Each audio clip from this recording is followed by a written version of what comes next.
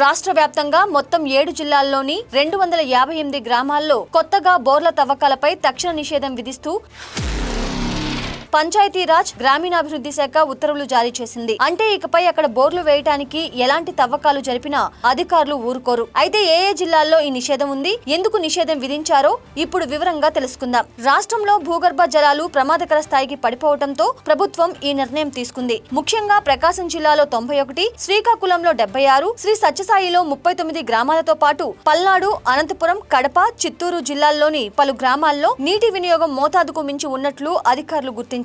అయితే ప్రజల తాగునీటి అవసరాల కోసం వేసుకునే చేతి బోర్లకు మాత్రం మినహాయింపు ఇచ్చారు. ఈ గ్రామాల్లో కొత్త బోర్లతో పాటు ఇసుక తవ్వకాలపై కూడా ప్రభుత్వం నిషేధం విధించింది. భూగర్భ జలమట్టాలను తిరిగి పెంచేందుకు ప్రభుత్వం కేవలం నిషేధానికే పరిమితం కాకుండా పలు నిర్మాణాత్మక చర్యలు చేపడుతోంది. ఇందులో భాగంగా జలకళ వంటి పథకాల ద్వారా గతంలో తవ్విన బోర్ల వద్ద రీఛార్జ్ పిట్లు నిర్మించాలని అధికారులు యోచిస్తున్నారు.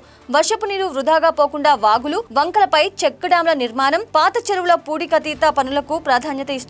మైక్రో ఇరిగేషన్ ప్రోత్సహించడం ద్వారా తక్కువ నీటితో ఎక్కువ దిగుబడి వచ్చేలా రైతులను ప్రోత్సహిస్తున్నారు. అలాగే ప్రతి ఇంటిలోనూ ఇంకుడు గుంతల నిర్మాణం చేపట్టేలా స్థానిక సంస్థల ద్వారా అవగాహన కల్పిస్తున్నారు. మరోవైపు సాగునీటి విడుదల నేపథ్యంలో రాష్ట్ర రైతాంగానికి వ్యవసాయ శాఖ డైరెక్టర్ జిలానీ కీలక ఆదేశాలు జారీ చేశారు. ఈ ఏడాది ముందస్తుగా నీరు విడుదల చేస్తున్నందున రైతులు ఇప్పటి నుంచే ఖరీఫ్ సాగుకు సన్నద్ధం కావాలని సూచించారు. సకాలంలో సాగు పనులు ప్రారంభిస్తే కోత సమయంలో వచ్చే తుఫాన్లు, అకాల వర్షాల వంటి ప్రకృతి వైపరీత్యాల నుంచి పంటను కాపాడుకోవచ్చని ఆయన స్పష్టం చేశారు. ముఖ్యంగా నెల్లూరు, తిరుపతి జిల్లాలోని సోమశిల, కండలేరు ప్రాజెక్టుల కింద సాగు చేసే రైతులు ఈ నెల 25వ తేదీలోపు వరి నాట్లు పూర్తి చేసేలా చర్యలు తీసుకోవాలని అధికారులను ఆదేశించారు.